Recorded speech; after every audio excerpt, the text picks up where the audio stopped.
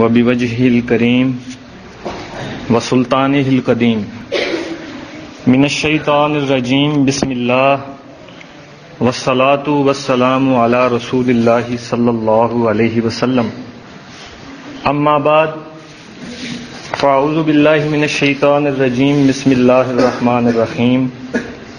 قال الله تعالى في الكلام المجيد وَلَيْسَ عَلَيْكُمْ جُنَاحٌ فِيمَا أَخْطَأْتُمْ بِهِ وَلَكِنْ مَا تَعَمَّدَتْ قُلُوبُكُمْ وَكَانَ اللَّهُ غَفُورًا رَحِيمًا وقال الله عز وجل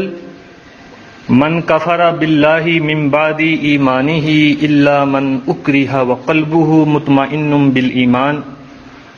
ولكن من شرح بالكفر صدرا فعليهم غضب من اللہ ولہم عذاب عظیم۔ محترم سننے والو، آپ کے سامنے قرآن مجید کی سورۃ الاحزاب اور سورۃ النحل کی 2 آیات تلاوت کی ہیں۔ اللہ تعالیٰ سے دعا ہے کہ اللہ تعالیٰ مجھے حق بات بیان کرنے کی توفیق عطا فرمائے۔ جیسا کہ بھائی نے آپ کو بتایا ہے کہ میری تقریر کا موضوع موانع التکفیر ہے، تو موانع کسی چیز میں رکاوٹیں پیدا کرنے کے لیے یا کسی چیز کو منع کرنے کے لیے اور روکنے والی چیزیں، جس کو آپ بندشیں کہہ لیں، کہ کسی کلمہ گو کو، کلمہ پڑھنے والے مسلمان کو کافر کہنے یا اس کی تکفیر کرنے کے دوران جو چیزیں اس تکفیر کرنے سے منع کرتی ہیں ان کو موانع کہتے ہیں،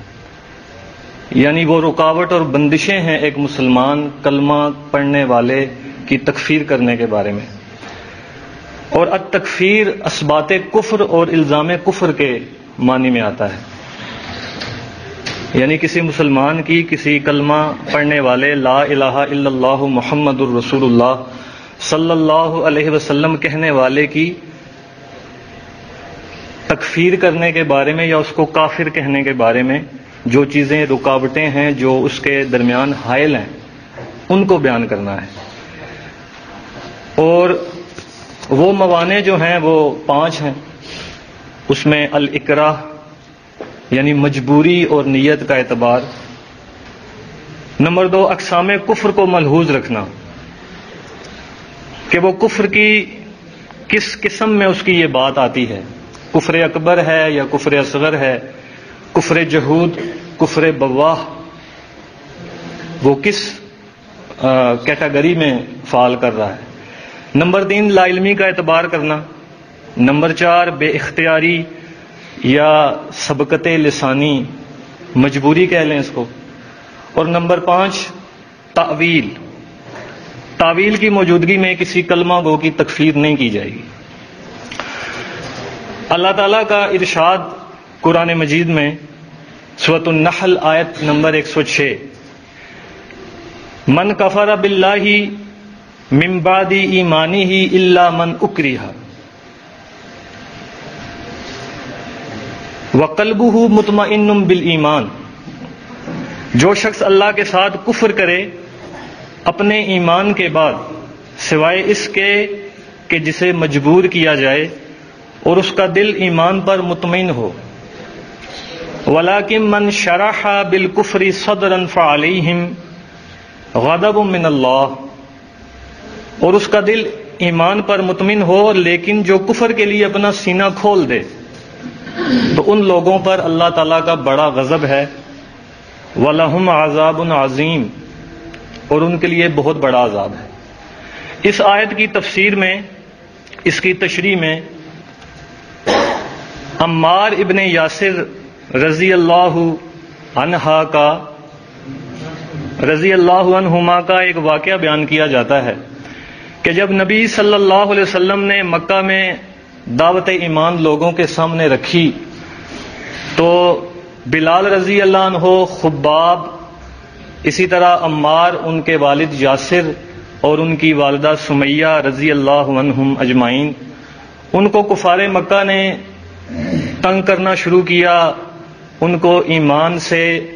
لوٹ آنے کے لیے ان پر جبر، ظلم اور تشدد کرنا شروع کیے، لیکن وہ لوگ اپنی بات پر قائم رہے، انہوں نے ان کے ظلم اور ستم برداشت کیے، لیکن وہ اس سے نہیں پھرے۔ لیکن عمار ابن یاسر رضی اللہ عنہما، ان کو اتنا زیادہ مجبور کیا گیا کہ انہوں نے قریش مکہ کی بات مانی اور انہیں کوئی ایسا کلمہ کفر کہہ دیا نبی صلی اللہ علیہ وسلم کے بارے میں اور ان کے معبودوں کی تعریف کر دی۔ تو پھر وہ نبی صلی اللہ علیہ وسلم کے پاس روتے ہوئے آئے اور انہوں نے کہا کہ مجھ سے یہ کام سرزد ہو گیا ہے، میں نے ایسی بات کی ہے اپنی جان بچانے کے لیے۔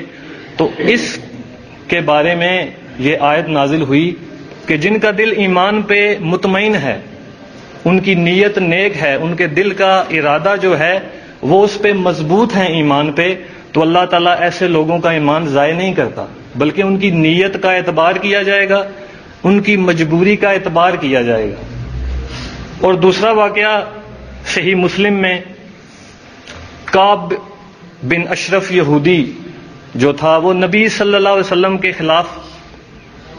یعنی کہ بہت سی باتیں کیا کرتا تھا، مختصراً بیان کروں گا۔ تو محمد بن مسلمہ رضی اللہ عنہ نے اجازت چاہی نبی صلی اللہ علیہ وسلم سے کہ آپ مجھے اجازت دیں کہ میں اس کو قتل کروں، لیکن اس بات کی بھی اجازت دیں کہ کوئی ایسی بات بھی میں آپ کے خلاف اس سے کہوں جس سے میرے ساتھ اس کا دل مطمئن ہو جائے، تاکہ میں اس کو اس طرح بات کر کے اس کو قتل کرنا میرے لیے آسان ہو۔ تو نبی صلی اللہ علیہ وسلم نے ان کے ایمان پر دل جمی اور ان کی نیت کا اعتبار کرتے ہوئے ان کو اس بات کی اجازت دی، کیونکہ انہوں نے جو الفاظ کہے تھے وہ کفر اور نفاق پر مبنی تھے۔ تو انہوں نے اس طرح کر کے اس کعب بن اشرف یہودی کو، جو نبی صلی اللہ علیہ وسلم کا بہت زیادہ مخالف تھا، اس کو قتل کیا۔ اور تیسرا واقعہ حاطب بن ابی بلتا رضی اللہ عنہ کا ہے کہ انہوں نے کیا کیا کہ ایک خط لکھا مشرکین مکہ کے نام کہ نبی صلی اللہ علیہ وسلم آپ کے لیے چڑھائی کرنے کے لیے تیار ہیں، تو تم اپنا بچاؤ کر لو۔ تو مختصراً یہ کہ وہ خط پکڑا گیا، علی رضی اللہ عنہ گئے، وہ لے آئے اور نبی صلی اللہ علیہ وسلم کے سامنے سارا واقعہ بیان کر دیا گیا۔ تو عمر فاروق رضی اللہ عنہ نے کہا کہ اللہ کے رسول مجھے اجازت دیجئے کہ میں اس منافق کی گردن اڑا دوں۔ تو نبی صلی اللہ علیہ وسلم نے ان کی پہلے بات سنی کہ کیا کہنا چاہتے ہیں وہ، تو انہوں نے کہا کہ وَلَمْ أَفْعَلْهُ ارْتِدَادًا عَنْ دِينِي وَلَا رِزًا بِالْكُفْرِ بَعْدَ الْإِسْلَامِ، کہ اللہ کے رسول صلی اللہ علیہ وسلم جلدی نہ کیجئے، میں نے یہ کام ارتداد یا اسلام لانے کے بعد کفر پر راضی ہونے کے لیے نہیں کیا، بلکہ میں نے قریش پر احسان کی نیت سے کیا تاکہ وہ میرے اہل و عیال کی حفاظت کریں۔ تو نبی صلی اللہ علیہ وسلم نے ان کی یہ بات سن کے فرمایا کہ صدقہ، اس نے سچ کہا، یعنی الاکراہ میں مجبوری بھی ہے اور نیت کا بھی اعتبار کیا جائے گا۔ عمار ابن یاسر رضی اللہ عنہ کی دونوں باتوں کا اعتبار کیا گیا کہ پہلے تو وہ مجبور تھے، ان کو مجبور کیا گیا کہ آپ یہ کلمہ کفر کہیں، تو انہوں نے اپنی جان بچانے کے لیے وہ کلمہ کفر کہا، حالانکہ ان کا